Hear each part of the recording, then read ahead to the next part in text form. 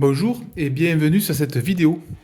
Aujourd'hui, je vais vous faire voir comment faire la clé USB ultime. Ultime en performance, bien sûr, et en capacité. Capacité, bon, après, ça dépend combien vous voulez y mettre. Donc, l'idée, c'est de prendre un SSD type NVMe. Donc, oui, le format NVMe, donc c'est-à-dire un PCI Express. Et là, j'ai choisi un 500 gigaoctets. 500 gigaoctets, donc c'est un Crucial P3. Max, c'est 3,5 gigaoctets par seconde maximum. C'est colossal. À voir si ça marche, parce que ça dépend l'adaptateur USB qu'on va utiliser. Mais voilà, le SSD a une très bonne performance. C'est une grosse marque, c'est un Crucial, c'est un très bon SSD. Et environ 35 euros sur Amazon, voilà, tout simplement. 35 euros pour 500 gigas. Auquel il faut ajouter, bien sûr, un adaptateur USB. Donc ça va être une clé USB. Là, j'ai choisi une clé de chez Orico, c'est une marque basique. Mais l'avantage, c'est qu'il est elle est en aluminium et surtout, il y a un petit radiateur pour refroidir le SSD. Ça c'est top. 15 euros la clé, je précise. Voilà. Donc ça fait environ 50 euros pour une clé USB qui fait 500 gigaoctets et qui a des débits de fou. Donc je vais ouvrir directement la boîte de ce truc et on va voir ce qu'il y a dedans. Parfait. Pardon. Et si je la mets pas devant l'écran. Et même la petite notice avec, c'est nickel. Bon, c'est tout en chinois, mais comme il y a des... Ah non, il y a de l'anglais d'un côté, je suis. Ah oui, c'est bon, il y a de l'anglais, j'ai rien dit. Ah mais c'est très bien, ça explique comment la monter. Voilà, parfait. Qu'est-ce qu'ils disent? La clé USB est là. Donc c'est quand même un stick assez gros, comme vous pouvez voir. Et bon, après, si les perfs sont là, c'est tout en aluminium. Donc voilà à quoi elle ressemble. Donc ils disent qu'il faut la glisser sur le côté en haut. Hop. Après ça, c'est simple. On lève le bouchon en le glissant comme ça. De toute façon, il y a une petite flèche. Est-ce qu'on la voit? Il y a bien une petite flèche qui indique dans le sens où il faut glisser. Ça ouvre ça. Voilà. Et là, on a accès à la clé USB. Donc, un petit câble USB type C. Oui, bien entendu, pour avoir des débits pareils, il faut mettre du type C. Mais voilà, donc c'est tout petit, câble USB type C. Mais surtout, un pad conducteur de thermique et un petit radiateur qui livre avec. Bon, maintenant, il y a même des vis. Cool. Pourquoi il y a deux vis? Ok. Je sais pas pourquoi il y a deux vis.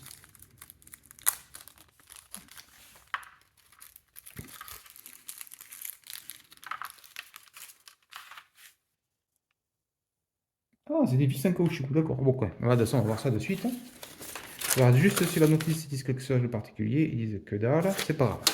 Et je sors notre cher SSD. Oups, j'ai déjà enlevé le scotch. Oups. Donc 35 euros sur Amazon, le petit SSD NVMe. Attention, il est à ce format M2 là. Format M2, le M2 c'est ça. Il existe du SATA aussi. Donc il y a SATA et M2. Donc il y a les puces d'un côté, logique, comme ça. Donc ils disent qu'il faut mettre ça par-dessus, comme ça, donc en mettant le pad thermique au milieu. Je vais juste peler le pad thermique, enlever la protection en plastique. Donc ça fait un truc extrêmement collant, donc c'est pas très pratique. Je vais essayer que ça colle. Voilà, parce que ça sera plus pratique à coller. Je l'ai mis là. Donc pareil, j'enlève le... Voilà, je l'ai. Voilà. C'est vraiment pas pratique. Comme ça. On met le SSD au milieu.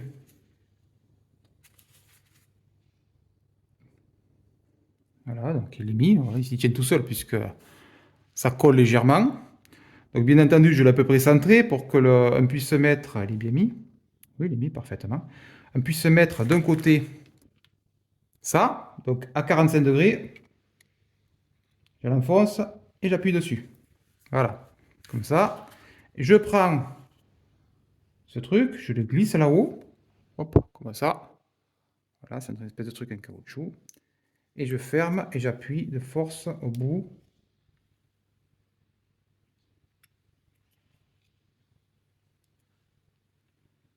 Je ne sais pas trop à quoi sert cette espèce de vis en caoutchouc, puisque quand je vais remettre le capot, forcément, il ne pourra plus se barrer. Donc je remets le capot. Et bien entendu, et je remets le pad. Voilà, c'est fini. C'est installé. Je peux brancher ça là-dessus. Je vous dirai si ça éclaire. Je pense. Disponible en plusieurs couleurs. D'ailleurs, moi j'ai pris le noir, mais il est gris en gris, bleu et rose. Je vais le brancher sur le PC et on va le bencher. Et on va voir si on a un SSD avec des superbes performances. Allez, on se retrouve tout de suite sur le PC. On est sur le PC, j'ai préparé Crystal Disk Mark pour pouvoir bencher, mais il n'apparaît pas de suite sur le PC parce qu'il n'est pas formaté. Donc là j'ai C&D, bon, le lecteur du cloud. Donc il suffit de faire bouton droit sur le PC, là, à droite, à gauche, gérer. Là, ça lance, on va sur gestionnaire de disque. Et de suite il nous a détecté un disque. Il nous dit qu'il a détecté un disque qui n'est pas initialisé. On le voit d'ailleurs, il y a une petite croix, j'ai ma souris avec une croix rouge qui dit qu'il y a un problème, et qui dit qu'il n'est pas en ligne, mais il est non initialisé. Ça veut dire que le disque est tout à fait neuf, c'est normal. On va y mettre de toute façon, il le dit, on va mettre une partition de type, soit une partition du GPT, c'est pas... Voilà, donc si vous voulez le mettre sur une vieille version de Windows, il ne faut pas mettre du GPT. Si vous mettez ça sur un Windows XP, ça ne marchera pas. C'est du NVMe avec du USB-C. Donc je vais prévoir ça pour des PC un peu plus récents, donc je le mets en partition GPT. On fait OK. Il vient de passer en ligne. Hop, il est là. On va agrandir un petit peu. Donc il fait 465 Go. Enfin, c'est 500 Go, mais une fois formaté, bien entendu, on perd de l'espace. Et là, je le formate. Bouton droit, nouveau volume, je crée une partition. La partition, elle va faire tout le volume, c'est-à-dire qu'elle va faire 500 Go.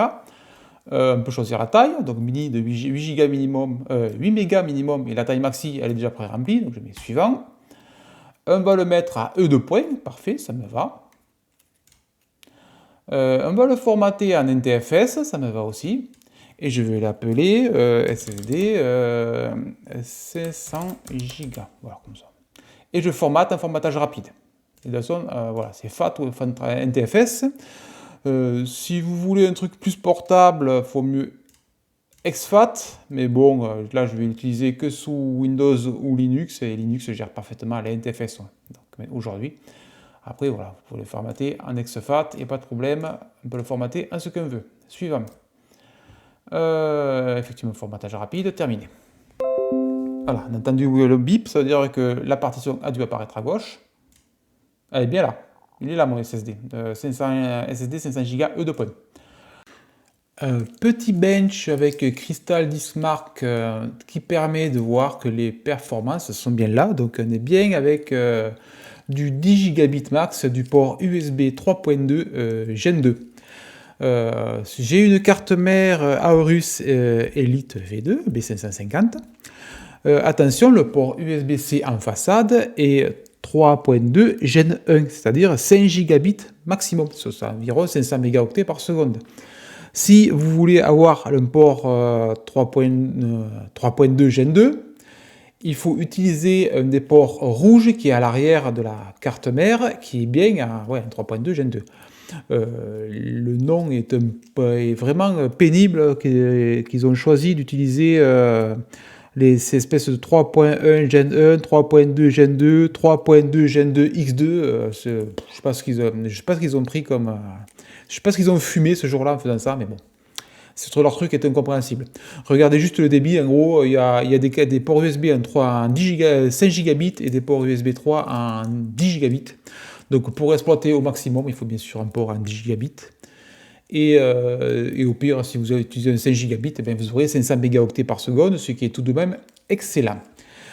Donc voilà, j'ai une clé USB de 500 Go et qui a 1 gigaoctet en lecture et quasi 1 giga en écriture, ce qui est vraiment très très bon. Et c'est une clé USB qui envoie du lourd.